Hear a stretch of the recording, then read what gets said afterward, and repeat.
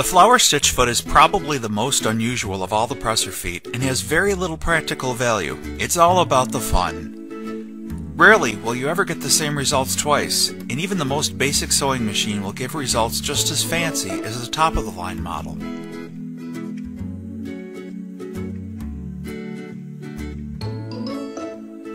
As the name implies, the flower stitch foot generates circles of stitches, often resembling flowers, but also makes rings, circles, stars, and even eyelets. Sizes are fully variable from about 1/4 inch to 1 inch in size.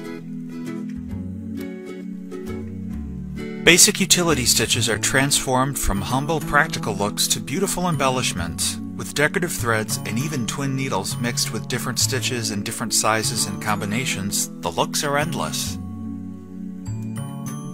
The flower stitch foot is available only in a low shank version. It consists of a large clear ring base with foam rubber on the underside. The ring spins via a ratcheting mechanism as you sew and is actuated by a driver arm on the right side that goes over the needle clamp screw. An adjustment screw on the back left allows you to slide the base from left to right, which makes for circles of various sizes. To attach, slide the foot clamp around the presser bar while placing the driver arm over the needle clamp screw and securely tighten the presser foot screw. If your machine has the style of built-in dual feed mechanism shown, you may need to make a slight adjustment to the driver arm so that it does not interfere with the bracket supporting the built-in dual feed. Install the foot and check to see if the driver arm and the dual feed bracket are in each other's way. This may not always be the case, as the driver arm of the flower stitch foot isn't necessarily placed in the same position on each foot. If they are interfering, remove the foot and gently bend the driver arm to the right about 1/4 inch. The driver arm is of soft metal and will bend quite easily without breaking. Place the flower stitch foot back on your machine and check the clearance now. Walk the hand wheel through a couple of stitches to ensure all is clear, and you are now ready to sew with your flower stitch foot. The flower stitch foot does the transporting of the fabric, so your feed dogs must be lowered. If your machine uses a feed cover plate instead of lowering the feed, set your stitch length to 0 and do not use the feed cover plate, as its raised platform will interfere with the turning of the fabric. Reduce the upper thread tension to a looser setting as you would for any decorative stitch sewing. Machine embroidery thread is recommended, but you can also use all-purpose thread. A stabilizer is necessary to use under most fabrics. Stabilizer keeps the fabric from puckering and ensures the stitches lie flat and look professional. One type of stabilizer that works well for this type of work is OESD's Fusible Polymesh. This lightweight fabric-like stabilizer is ironed to the back of the fabric and provides lightweight support after you are done sewing, as the excess is trimmed off, leaving the embroidery supported throughout the life of the item. This stabilizer is ideal for lightweight fabrics and may also be used in conjunction with a soft tearaway stabilizer. A second kind of fusible stabilizer is Sulky's Totally Stable. This paper-like stabilizer is pressed on the fabric wrong side and is torn away when finished. It is great for less stable fabrics that stretch and bow out of shape when sewing, like polar fleece or knits. Again, you can use a soft tearaway in combination if you need more support. The third stabilizer recommendation is OESD's Ultra Clean and Tear Stabilizer. Our favorite stabilizer, this one is firm, but soft and very fibrous, so it tears away easily and the remaining disintegrates after multiple washings.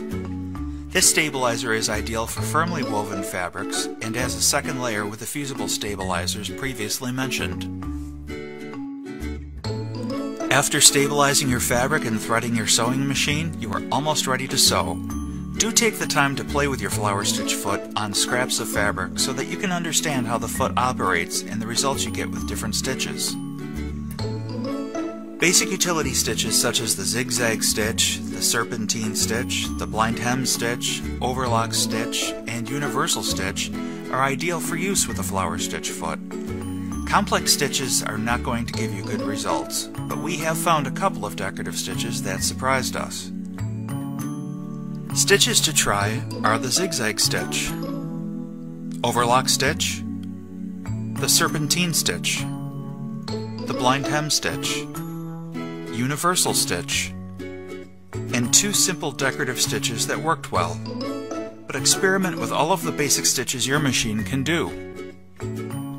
Pick a stitch and play around with it. Make it wider, make it narrower. Mirror image the stitch if your machine can do this. Remember, the feed dogs are down, so stitch length is irrelevant. Try the stitch on the small setting of the foot.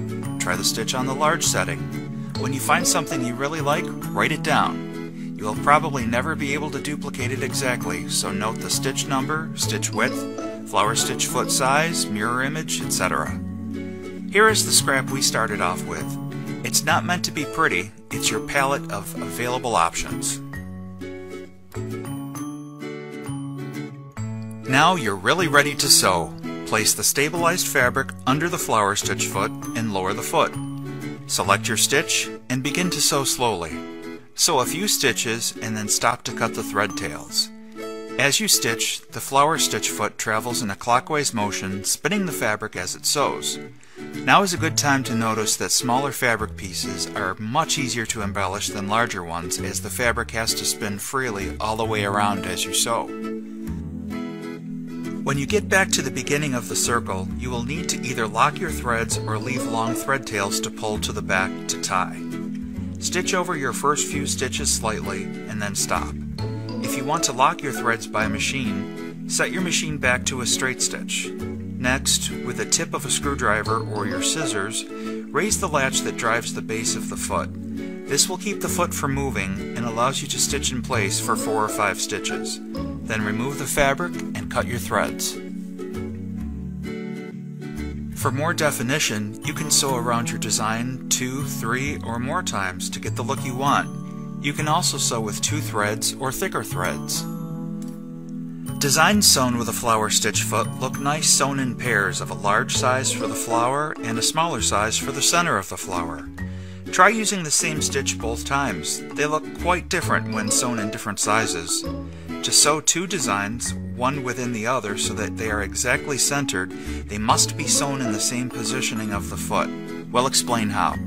Sew either the outer or inner design, it doesn't matter which is first, and then sew the other. If you want to make them different colors, clip the upper thread, but do not lift the presser foot. Turn the upper thread tension to 0 and remove the upper thread. Thread the machine with a new color and make sure you slip the thread between the tension discs.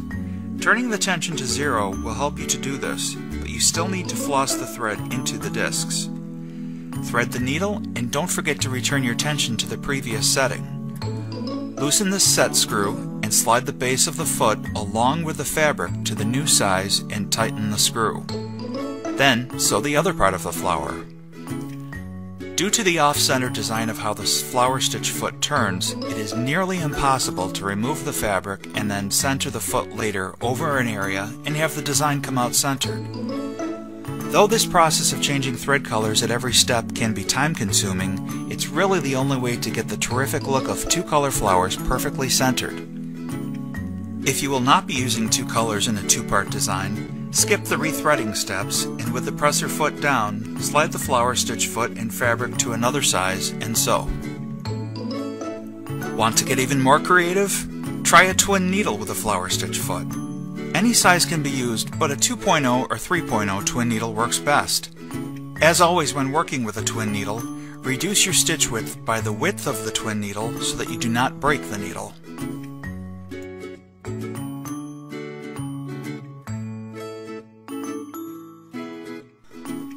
Why not try the flower stitch foot to make some fringed flowers?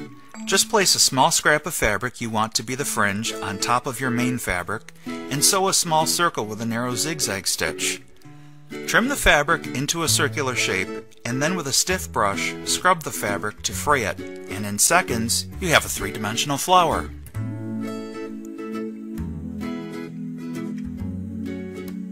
The flower stitch foot does also have a practical side. It can make eyelets. With the flower stitch foot set at the smallest setting and a narrow stitch width of a zigzag stitch, you can easily make eyelets in seconds. After sewing, use an eyelet punch from the buttonhole cutter set to cut open the eyelet.